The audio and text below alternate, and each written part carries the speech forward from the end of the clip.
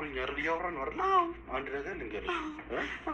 ልመናውን አቁሚ፣ ልመናሽን አቁሚ። እባክሽ አድገሽው ቢሆንስ ኖሮ ከሀገር ወጥታ ቢሆን ኖሮ የት አገኛት ነበር? ይሄን እኮ ቀድሞ የት አገኝሽ ነበር?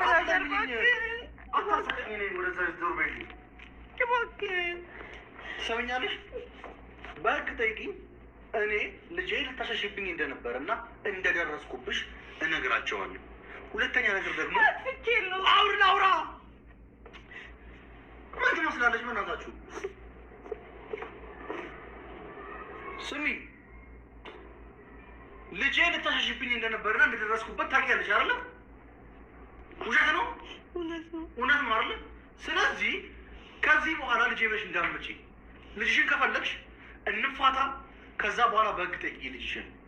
ከዛ ውጭ ወሬ አልፈልግም። የት ሄደች ደግሞ እናትሽ? ምን ነው ዛሬ ጠፋች?